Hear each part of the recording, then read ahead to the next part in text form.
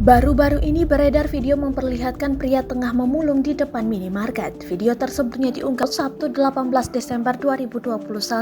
Pria itu mengenakan baju compang-camping, rambutnya panjang sebagian sudah berwarna putih. Ia tunduk lalu mengambil sampah berserakan lalu memasukkannya dalam kantong. Pada video selanjutnya terlihat pria itu berada di minimarket untuk berbelanja. Saat membayar, uang yang dikeluarkannya tak main-main. Segepok uang pecahan Rp100.000 dicampur dengan uang pecahan Rp2.000 beberapa lembar.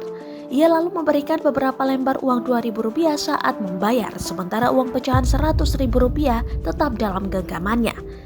Warganet pun menyebutkan bahwa meski hanya seorang pemulung, namun pria tersebut mempunyai banyak uang. Gaya elit, ekonomi sulit. Kalau ini kebalikannya, gaya sulit, ekonomi legit. Tulis seorang warganet pada kolom komentar.